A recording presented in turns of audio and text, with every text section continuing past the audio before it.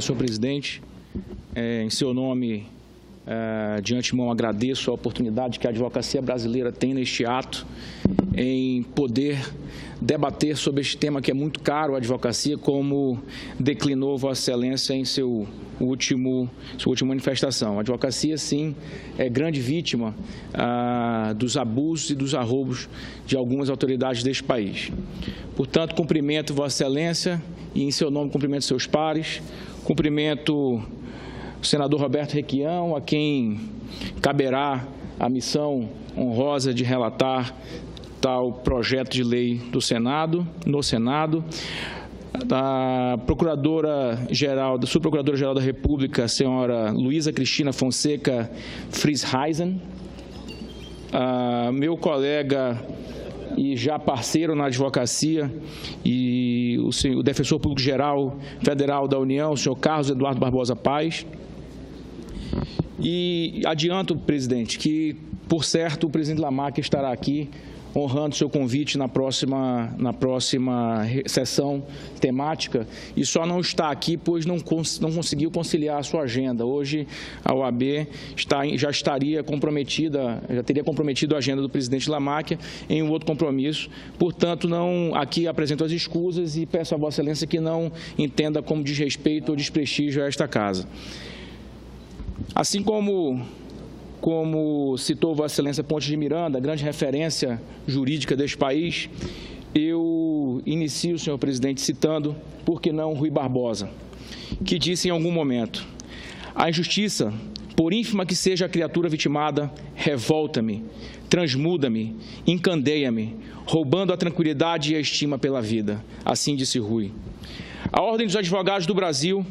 vem hoje ao Senado Federal reafirmar o seu compromisso com a defesa intransigente dos direitos de todos os cidadãos. O presente projeto de lei, que ora se debate, senhor presidente, senhores senadores, visa coibir a prática de abuso de autoridade atualmente regulamentada em nosso ordenamento jurídico pela Lei 4.898 de 1965. Daqueles chamados...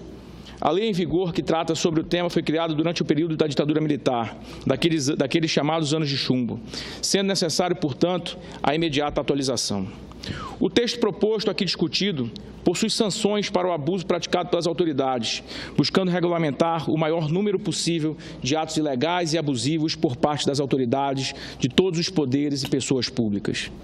Observe-se que, desde a promulgação da Constituição da República, o ordenamento jurídico pátrio é carente de uma norma desta natureza, haja vista que o artigo 1º da Constituição define a República Federativa do Brasil como um Estado democrático de direito, sendo que no parágrafo 1º do mesmo dispositivo estabelece que o poder emana do povo. Ora, se o poder emana do povo e a teoria geral do Estado nos explica que a finalidade primeira de qualquer Estado é justamente o bem comum de sua população, é inconcebível que os agentes públicos, os quais, em última análise, são funcionários dos cidadãos e, em geral, pratiquem atos em detrimento destes mesmos cidadãos. O Estado não possui direitos, mas tão somente poderes. Haja vista que os direitos são justamente as limitações do poder. Assim sendo, não é concebível em qualquer democracia que não haja punição para o mau uso ou utilização desarrazoada dos poderes conferidos aos agentes públicos em geral. Os poderes dos agentes públicos emanam da autoridade do Estado, que só os tem para que busque a sua finalidade, isto é, o bem comum de toda a população. Isso não significa, de outro modo, a promoção dos fins requeridos pela maioria, mas sim daqueles fins que são inerentes a todos. Isto é, o bem comum encontra-se na efetivação da vontade geral da população, ainda que isso signifique muitas vezes a instituição de normas como os direitos fundamentais, cuja característica erga omnes pode ser utilizada, inclusive, para limitar a atuação da sociedade. Pois bem, assim sendo, verifica-se que os agentes públicos e políticos podem utilizar-se de seus deveres e poderes, única e exclusivamente no cumprimento de suas atribuições, constituindo-se como abuso de autoridade tudo aquilo que exceda tais finalidades ou não veja motivado pelo bem de todos. Ainda mais grave é a situação quando determinada autoridade utiliza de pseudos-poderes, uma vez que não existem poderes contrários ou prejudiciais ao povo, para diminuir a esfera dos direitos dos cidadãos ou prejudicá-los de alguma maneira. Muito se fala nos direitos fundamentais de terceira ou quarta geração.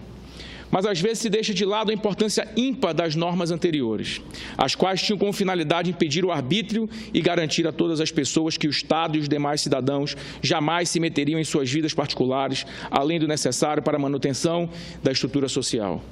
Ao contrário do lugar comum, o Estado serve não para restringir a liberdade, uma vez que trata-se de verdadeira utopia imaginar que, sem a proteção estatal, os homens poderiam ser plenamente livres. É nesse sentido, ao nosso ver, data vênia, que o projeto de lei em questão se posiciona. Trata-se de uma norma que visa corrigir a visão deturpada de que os cidadãos servem e devem temer o Estado, mas sim que o Estado e o governo existem no espírito democrático, em razão, pelo e para o povo. De maneira geral, pontuo que a presente redação encontra-se de acordo com os conceitos de direitos fundamentais e de democracia, bem como visa combater desmandos da minoria de maus agentes públicos, que infelizmente terminam por macular a nobre tarefa que é o exercício dos cargos públicos. A atualidade e amplitude do texto é única, contendo as medidas apropriadas para o combate de situações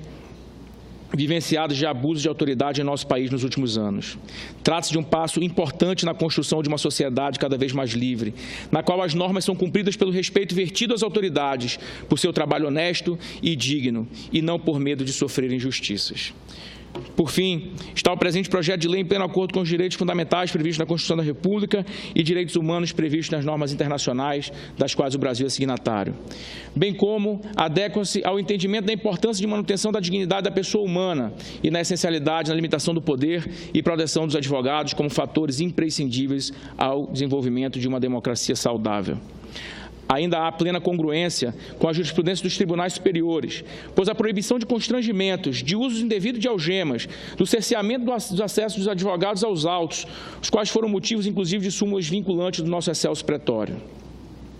A Ordem dos Advogados do Brasil tem debatido internamente a sua posição sobre cada um dos temas abordados, com a devida acuidade, procedendo à análise através de grupo de trabalho próprio e específico, artigo por artigo, parágrafo por parágrafo, inciso por inciso, alínea por alínea. Enfim, a Ordem tem se debruçado sobre este presente projeto de forma a trazer sugestões que possam, de alguma maneira, atender à oportunidade de se evoluir no que tange o tema em debate, afastando quaisquer passionalidades, de maneira a cumprir exclusivamente o papel que se propõe nesta quadra social.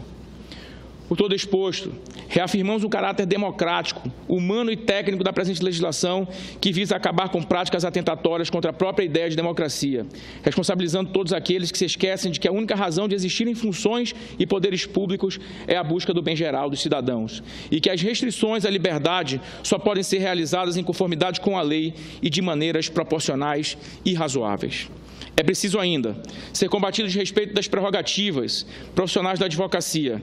Haja vista que os exemplos técnicos e históricos, nacionais e estrangeiros, demonstram amplamente que quanto mais se respeitar as prerrogativas dos advogados, possibilitando mais amplo e irrestrito direito de defesa, mais livre e justa será a sociedade, tendo em vista que passarão os cidadãos a funcionar eles mesmos como efetivos fiscais do Estado. Por fim, como dito acima, ainda que o Conselho Federal da Ordem não tenha concluído os debates interna corporis quanto à integralidade do PLS 280, em sua última versão, na condição de representar mais de 1 milhão de advogados inscritos em suas seccionais brasileiras, e ainda no intuito de salvaguardar os direitos da sociedade civil esculpidas na Carta Cidadã, adianto neste ato que a OAB é, sim, favorável a toda e qualquer reforma na legislação que venha a tolir o abuso de autoridades, para que se possa, de forma responsável, redear os poderes delegados por meio dos cargos. O intuito de transformar em lei o presente projeto não é necessariamente o de punir a autoridade, e sim, o que nos importa verdadeiramente é que a lei reprima e comine a punição a qualquer ato, seja ele comissivo ou omissivo, que constitua o odioso abuso de poder contra os cidadãos deste país. Neste ato, firmamos o compromisso de que, após os debates a serem empreendidos na data de hoje, em respeito ao regime de urgência aprovado nesta Casa na data de ontem, quanto ao processamento do presente PLS, encaminharemos a Vossa Excelência, senhor presidente, no prazo mais exíguo possível, as sugestões pontuais que melhor atenderão, data máxima vem, a sociedade civil brasileira aos olhos da advocacia. Esperamos que a presente sessão sirva para construir convergência sobre o tema, lembrando que não há democracia que conviva com o abuso de autoridade, E, por fim, me apego às palavras de Rui Barbosa, como assim fiz no início dessa breve manifestação, para que possa efetivamente selar a participação da advocacia brasileira nesta sessão do Senado Federal. A força do direito deve superar o direito da força. E assim disse o Rui Barbosa. Muito obrigado, presidente.